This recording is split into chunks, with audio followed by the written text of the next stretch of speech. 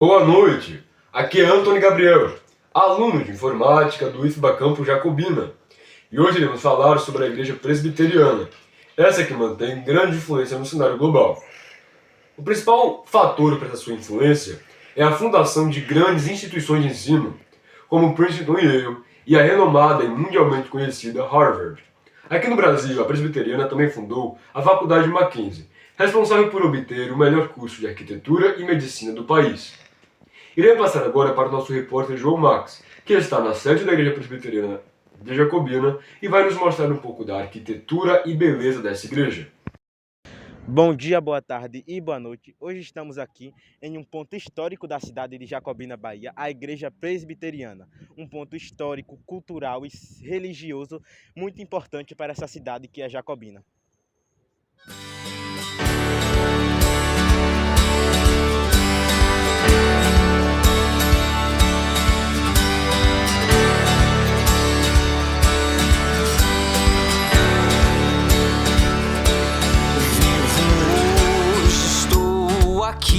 Pois ele decidiu me amar, e então eu posso livre andar. O seu sangue sobre mim me comprou.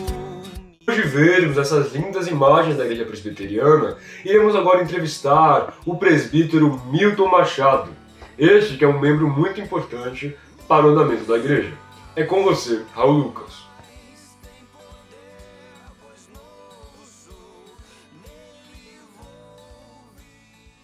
Olá pessoal, sou Raul Lucas, estudante do IFBA Campo Jacobina, e hoje estou aqui com um convidado muito especial, o presbítero Milton Machado. A presbiteriana é um símbolo histórico, cultural e religioso muito importante para a cidade de Jacobina. E por isso, gostaríamos de fazer algumas perguntas para o presbítero Milton Machado sobre a fundação e o atual momento em que a igreja vive. Para começar, quando e o que levou à fundação da Igreja Presbiteriana de Jacobina? Muito bem. A Igreja Presbiteriana de Jacobina, como instituição, ela tem sua origem naquele movimento da Reforma Protestante do século XVI, que posteriormente instalou-se nos Estados Unidos, no ano de 1850, um movimento avivalístico, e para cá veio um missionário americano chamado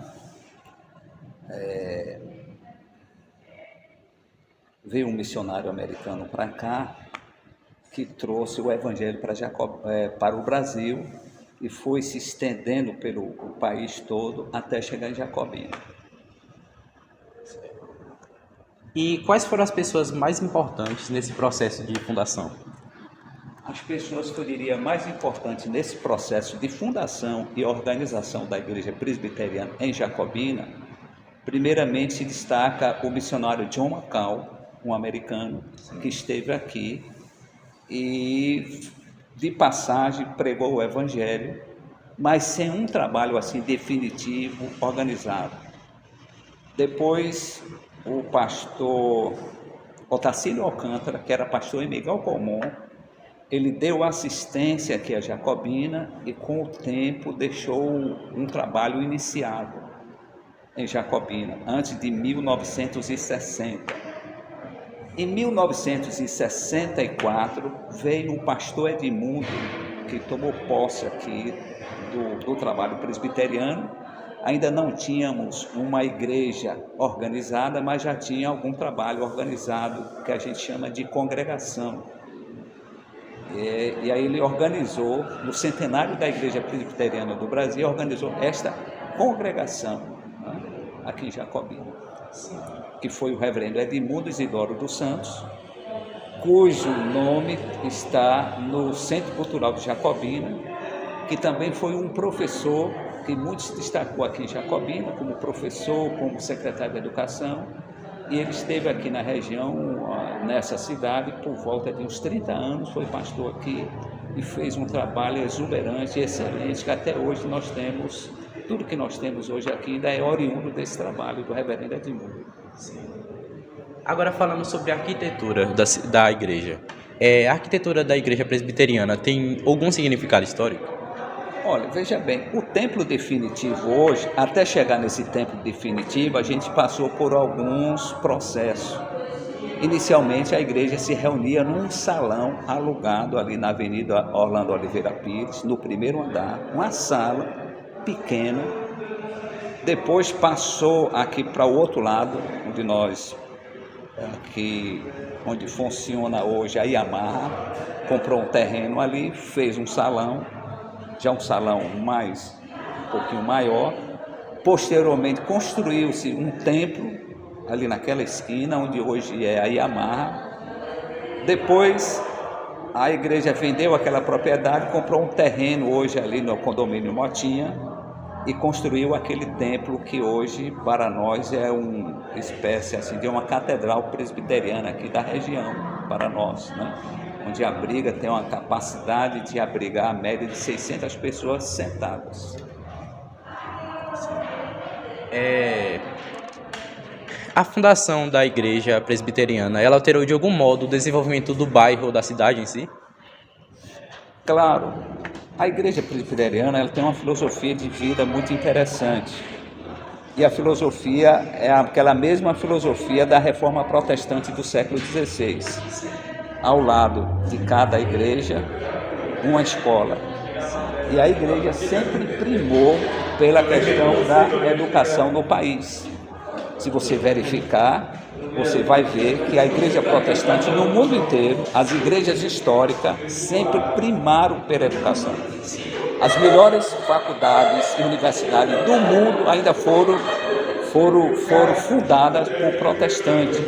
Princeton, Harvard, Mackenzie aqui no Brasil, todas foram fundadas por protestantes. Então, tem uma ligação muito estreita entre evangelização e educação.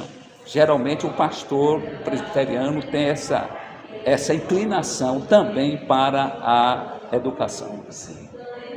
E quais foram as principais transformações observadas desde a fundação até os dias de hoje? Olha, nós vamos ver na questão social.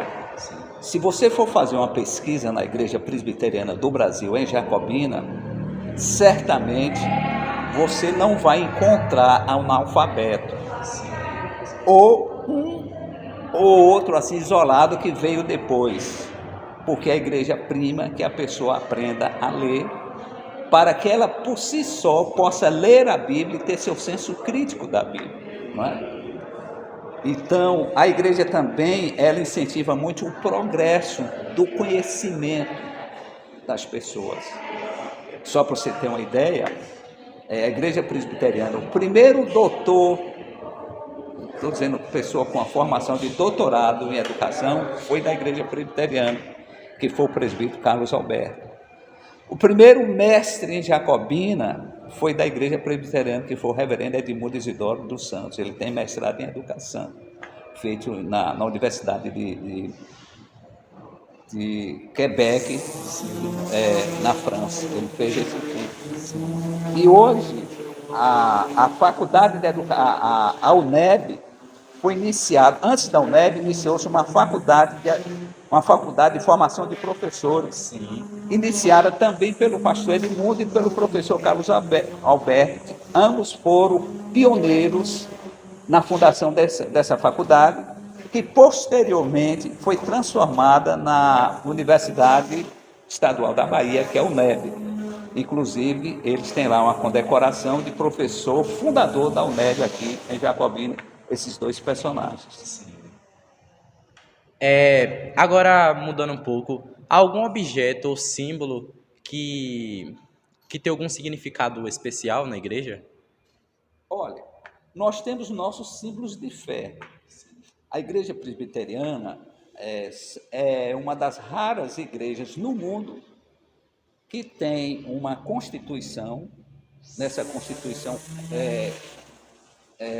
preceitua os direitos e deveres de membros, de pastores, etc. Tem uma confissão de fé.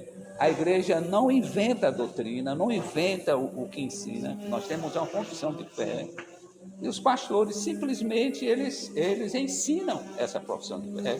baseado, a doutrina, o ensino da igreja toda é baseado nessa confissão de fé que a gente chama de Westminster, que foi aprovado na Inglaterra em 1600 e alguma coisa, e que está até hoje para nós. Então, uma tradição, não é? Quer dizer, uma tradição também fundamentada e totalmente atrelada com os princípios bíblicos. E como você vê a relação da igreja presbiteriana com jovens, idosos e famílias da região? A igreja presbiteriana é um sistema chamado sistema presbiteriano. E nesse sistema presbiteriano, as igrejas locais, ela tem as suas sociedades internas. O CP, que é a União de Criança Presbiteriana, o MP, que é a União de Mocidade Presbiteriana, o PH, que é a União de Presbiteriana de Homens, SAF, que é a Sociedade Auxiliadora Feminina. E essas sociedades internas, elas têm esta finalidade de agregar e ajudar as pessoas a se desenvolverem de modo espiritual e também no conhecimento intelectual.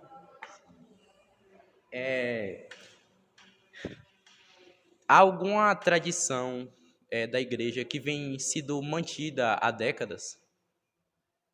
Olha, nós temos, em termos de tradição, nós temos o nosso símbolo de fé, que é uma sarça. Aquela figura lá que quando Moisés sobe ao monte para receber as 10 tábuas, Deus aparece a Moisés em forma de uma sarça ardente que pegava fogo, mas não se consumia. E aquilo se tornou e é a nossa tradição, o nosso símbolo de fé. A igreja presbiteriana tem essa tradição. Isso no mundo inteiro. Onde você vai, é a mesma coisa, né? Excelente. E como o senhor vê o papel do pastor no mundo atual? Olha, falar de pastor no mundo atual é um assunto de muita controvérsia, né? Seria melhor se a pergunta fosse melhor direcionada do pastor presbiteriano, porque nós temos pastores e pastores. Eu não quero entrar no mérito das outras igrejas, não é? Mas eu quero falar do pastor presbiteriano, não é? Não é? Inclusive tem um livro interessante com esse título, Pastor Aprovado, de Richard Baxter. E ele diz que o pastor precisa ser um homem bastante piedoso, mas também um homem de bastante cultura. Porque ele não é apenas o pastor da igreja, ele deve ser o pastor da cidade, assim como foi o pastor Edmundo aqui na cidade. Onde tinha comemoração, ele era chamado para participar das solenidades. Inclusive, algumas solenidades dessa, inauguração do Banco do Brasil, inauguração daquele sistema de neonatal no Hospital Antônio Teixeira, ele foi convidado para falar na hora da inauguração dessas importantes serviços e obras. Então, o pastor presbiteriano, ele tem que ser uma pessoa altamente piedosa e também uma pessoa que tem uma boa cultura, porque, na verdade, a igreja hoje está cheia de jovens e jovens que estudam, jovens que fazem faculdade. No passado, não era tanto assim. A maioria das pessoas, no máximo, tinha ensino médio. Mas hoje você vê, jovens, na minha igreja, na minha congregação, eu tenho jovens lá, tem uns 10 jovens com nível superior. Tem um médico, tem um engenheiro, tem professor. Então, se o pastor não for uma pessoa que esteja à altura cultural também dessas pessoas, ele vai ficar sem, como é que a gente diria assim, sem importância, Sim, né? com certeza. Então, os jovens também não vão querer ouvir qualquer coisa, né? Exatamente. Então, essa é a revolução hoje, né? Mas esse sempre foi o perfil do pastor presbiteriano em todas as épocas. Só para você ter uma ideia. O pastor presbiteriano, para ser ordenado pastor, ele tem que, primeiramente, demonstrar vocação através de um concílio. Depois ele vai para um seminário, fica 5 anos fazendo o curso de bacharel em teologia. Depois ele é licenciado 1 ou 2 anos licenciado, que é espécie assim de um estágio, e ele se submete a um exame de um concílio, onde ele demonstra conhecimento teológico, uma boa capacidade de oratória e também uma boa cultura geral. Se não fosse, ele não é ordenado. Não. Muitíssimo obrigado. É isso, muitíssimo obrigado ao presbítero Milton Machado por ter aceito esse convite, né? E é muito importante que essa história seja repassada para as pessoas, né? Pois a igreja presbiteriana, ela tem essa influência e essa importância para a população e deve ser reconhecida cada vez mais. Muitíssimo obrigado pela compreensão de todos. Bom, após essa entrevista, nós conseguimos ter uma maior clareza sobre a fundação da Igreja Presbiteriana de Jacobina. A presbiteriana que impacta a vida dos cristãos, cidadãos e da cidade de Jacobina como um todo. Essa igreja é um símbolo de espiritualidade e um símbolo histórico do município de Jacobina.